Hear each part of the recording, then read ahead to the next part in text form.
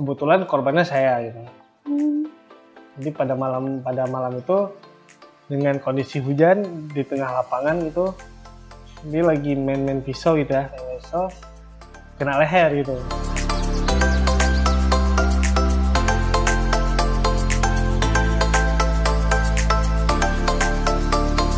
Assalamualaikum warahmatullahi wabarakatuh. Halo sahabat Araniri TV, kembali lagi dalam program Sharing Inspirasi bersama saya Anissa. Pramuka merupakan singkatan dari Praja Muda Karana yang artinya rakyat muda yang suka berkarya.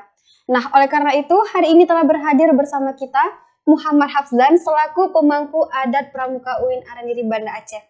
Selamat datang Hafzan di studio Araniri TV. Bagaimana kabarnya hari ini? Alhamdulillah sehat. Oke, Hafzan, kita akan bincang-bincang sedikit mengenai Pramuka. Tapi sebelum kita ngobrol lebih jauh lagi nih, mungkin Hafzan bisa menceritakan sejarah awal terbentuknya Pramuka UIN Araniri.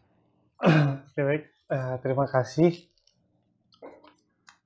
Sejarah awal terbentuknya Pramuka itu di UIN Araniri sendiri itu diresmikan pada tanggal 7 November 1976 yang memang waktu yang udah cukup lama ya, jika dibandingkan untuk saat ini. Nah, dan juga Pramuka ini sebuah organisasi yang bisa kita katakan tertua karena memang sudah sangat cukup lama, dan dari organisasi Pramuka ini banyak melahirkan organisasi lain gitu yang sekarang sudah berjalan di kampus kita. Oke, berarti memang organisasi Pramuka ini organisasi tertua, lalu baru dilahirkan organisasi-organisasi yang lain seperti itu. Baik Hafzan, mungkin tidak sedikit masyarakat yang menganggap atau pandangan masyarakat tuh terhadap organisasi-organisasi yang di luar akademik itu tidak mempunyai fungsi di kehidupan sehari-hari. Nah, itu menurut Hafzan bagaimana fungsi Pramuka di kehidupan sehari-hari? Jadi sebenarnya fungsi dari Pramuka ini banyak sekali. Bahkan dari kita bangun tidur itu situ udah ada namanya nilai Pramuka gitu, disiplin segala macam. Iya. Nah, kalau untuk fungsi daripada Pramuka itu untuk kehidupan sehari-hari itu gimana ya? Memang tentu banyak ya, banyak, dan di tahapan sekarang di kampus sekarang. Nah itu memang langsung turun tangan ke masyarakat karena ketika sudah di jenjang perkuliahan itu memang sudah tugasnya daripada seorang pramuka itu untuk ikut serta membantu masyarakat. Karena di pramuka kan ada yang namanya Trisatya gitu. Jadi di ayat kedua itu memang dikatakan ikut serta membangun masyarakat. Yang memang kami langsung turun tangan nih ketika ada bencana segala macam, longsor atau apa gitu, itu kami langsung ikut tangan. Karena juga kan pramuka ini di setiap daerah ada nih. Iya, pastinya. Ada. Dan itu di setiap daerah itu merupakan tanggung jawab dia untuk menjaga daerah dia. Ketika daerah dia tidak bisa ditanggung jawab, ya dia bisa memanggil pramuka-pramuka lain mungkin terdekat itu. Intinya tetap ikut serta membangun masyarakat. Berarti memang fungsi dari Pramuka ini sangatlah banyak. Yeah. Mungkin orang-orang yang tidak mengikuti organisasi Pramuka yang mengatakan bahwasanya Pramuka ini tidak ada berfungsi nih di kehidupan sehari-hari begitu. Nah, kalau untuk respon orang sekitar terhadap Pramuka itu kan tentunya berbeda-beda. Nah, respon apa saja yang pernah Hafzan dengar nih dari orang-orang sekitar mengenai Pramuka? Tentunya ada yang negatif, ada yang positif. Nah, salah satunya itu seperti menganggap bahwasanya Pramuka ini seperti kita balik ke sekolah gitu. Iya. Nah, tapi pada faktanya itu memang di sekolah kita sudah dikenalkan dengan Pramuka. Dan bahkan Pramuka sekarang kan udah ada namanya, udah masuk ke K13 ya. Iya. Saya diwajibkan ya. Nah, jadi dulu di SD itu kita dikenalkan dengan yang namanya ya semacam lagu gitu. Lagu-lagu Pramuka. Nah, ketika kita masuk ke SMP itu sudah ada namanya perlombaan. Ya, perlombaan Pramuka ketika SMA gitu juga. Nah, bahkan tetapi ketika di kampus itu kita sudah dibekali dengan ilmu yang memang itu melalui seminar gitu. ada banyak-banyak seminar tentang kepramukaan yang memang diadakan gitu. Nah, kita bisa tahu dong apa itu pramuka sesungguhnya, apa segala macam. Nah, jadi memang untuk respon orang sekitar itu kalau untuk dibilang balik ke sekolah itu enggak juga sebenarnya. Oke, baik, di awal perbincangan tadi Nisa ada singgung sedikit bahwasanya kan Hafzan ini adalah selaku pemangku adat Pramuka UIN. Mungkin Nisa maupun sahabat Aradeli TV mau tahu apa sih adat Pramuka UIN itu, apakah dia sama aja adat istiadat atau itu hanya sebutan di Pramuka? Nah, kalau untuk adat di UIN itu tentunya sebuah sesuatu yang nggak bisa diganggu gugat ya. Mungkin ada memang adat yang memang bersifat turun-temurun nih. Maksud bersifat turun-temurun memang dari dulunya sudah ditetapkan, dan ketika dilihat pada saat sekarang ini masih bisa diaplikasikan pada tahun sekarang, itu tidak diubah gitu. Tapi memang ada beberapa yang memang adat telah diubah gitu. Karena memang untuk saat ini mungkin itu tidak apa namanya, tidak berlaku lagi, tidak efisien lah untuk diterapkan gitu.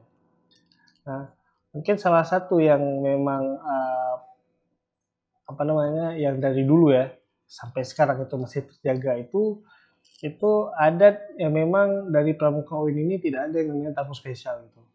Jadi ketika seseorang masuk ke kampus, masuk ke Lacana, itu mau dia anak presiden sekalipun, mau dia pernah ikut Jamboree Dunia, itu tidak berpengaruh gitu. Tetap sama. Tetap sama. Ketika dia masuk ya udah kamu jadi anggota Lacana. Ketika kamu mau jadi anggota Pramuka, ya kamu mulai dari nol di sini gitu. Tapi seleksi juga Tetap ya. seleksi. Walaupun dia sudah ikut Jamboree ke nasional, dunia, seperti itu, tetap sama. Oke. Hafzan ini kan pernah mengikuti kegiatan di nasional yang di Palembang. Nah, itu adat dan budaya Aceh apa yang Hafzan kampanyekan di Palembang? Adat dan budaya Aceh apa? Nah, Aceh ini kan terkenal dengan Serami Mekah nih. Iya. Serami Mekah. Nah, jadi pertanyaan pertama yang keluar ketika kami di sana, Bang, Aceh kan terkenal dengan Serami Mekah. Tapi kenapa banyak ditemukannya tanaman hijau? Tanaman hijau. Memang kalau bisa dibilang tanaman hijau ini sebuah khas ya di Aceh gitu. Iya. Sebuah khas di Aceh. Kami menjelaskan nih bahwasannya apa fungsi sebenarnya gitu, sehingga mereka paham.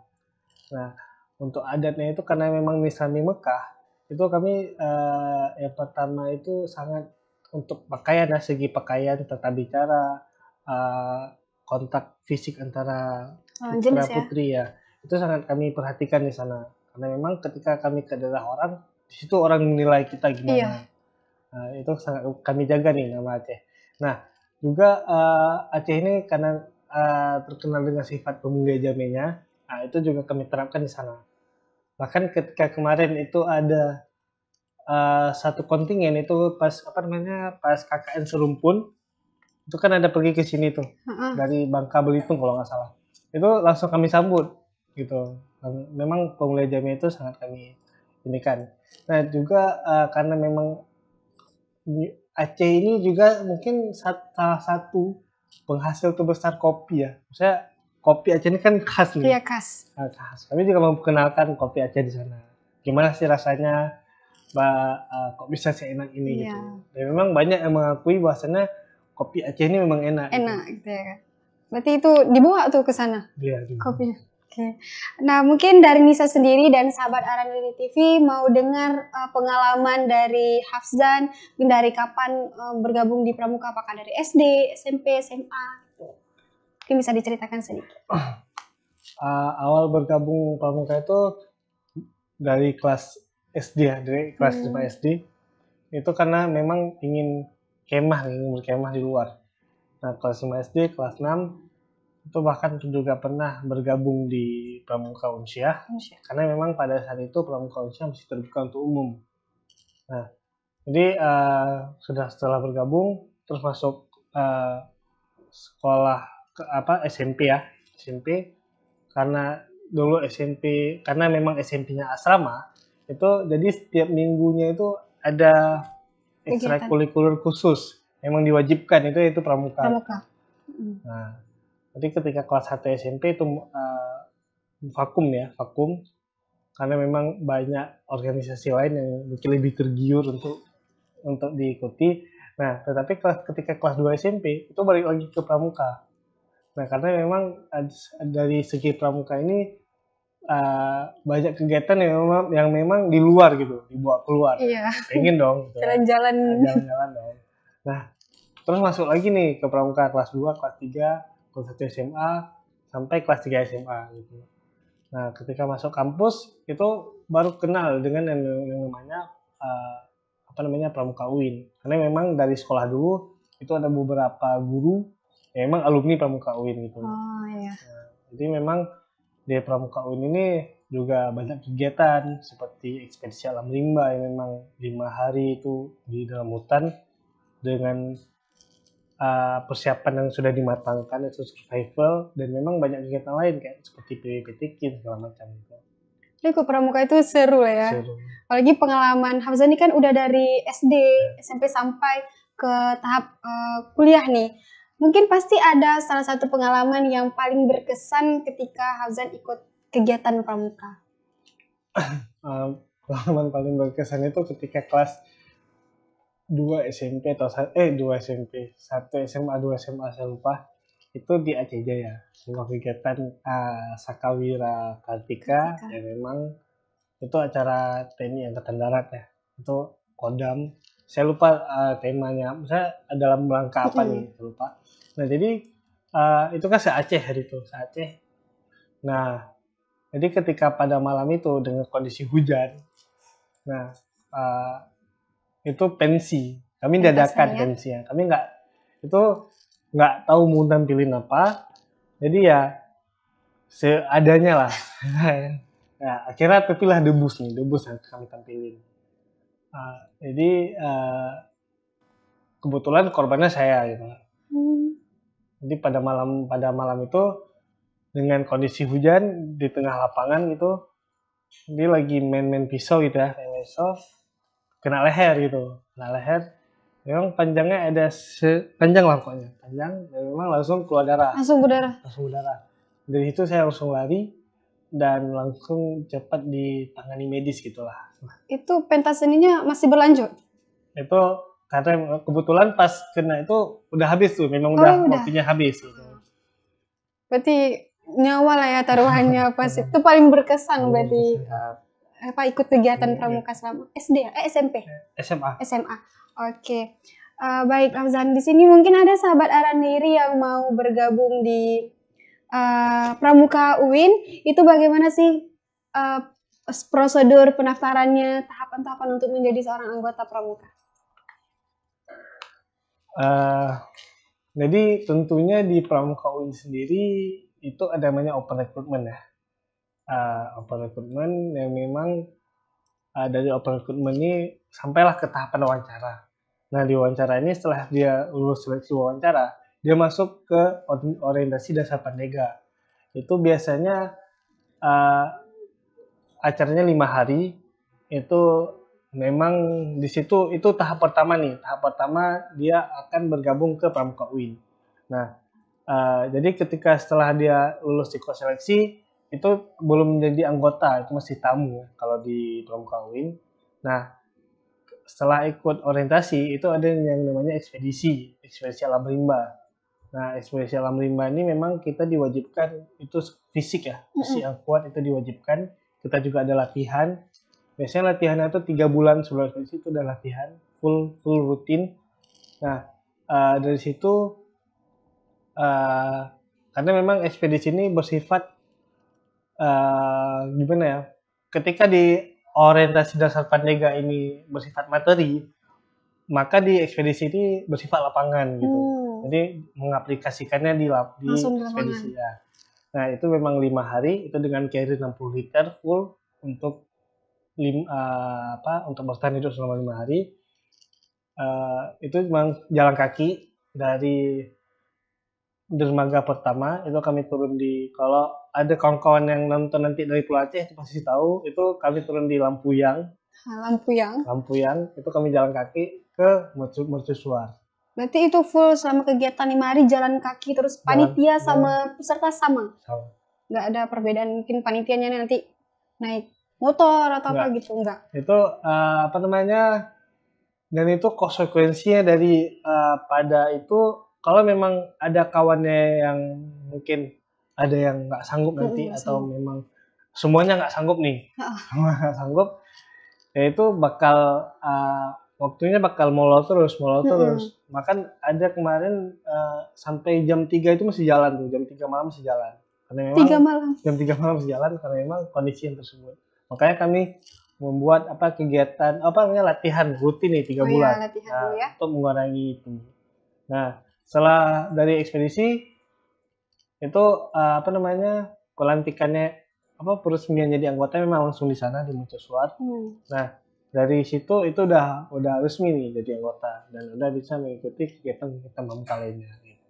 Juga ada kegiatan pramuka yang untuk pramuka juga ada kegiatan nih untuk mempromosikan ya seperti kemah kampus nih yang memang target pasar utamanya itu adik-adik SMA yang sebentar lagi akan masuk ke kampus. Oke, kalau untuk tanggal pendaftarannya masuk ke pramuka? Nah, jadi pramuka ini ada media sosial nih, ada Instagram yang namanya Pramuka UIN Araniri. Nah, mungkin kalau kalian bisa cari. Nah, di situ nanti ada informasi terbaru tentang tanggal, jadwal, dan kapan pendaftarannya. Karena memang untuk saat ini belum tahu pasti nih kapan, karena kan memang pendaftaran ini dibuka di ajaran baru. Gitu. Oke, nah berarti buat sahabat Arana TV yang mau bergabung di Pramuka UIN bisa langsung cek Instagramnya Pramuka UIN Araniri untuk tahu kapan pendaftaran, seleksi, dan lain sebagainya. Oke, untuk pertanyaan terakhir nih Hafzan, kesan pramuka luar terhadap Pramuka UIN bagaimana? Kesannya itu mungkin karena memang dan mungkin karena orang Aceh ini mungkin wataknya agak keras ya,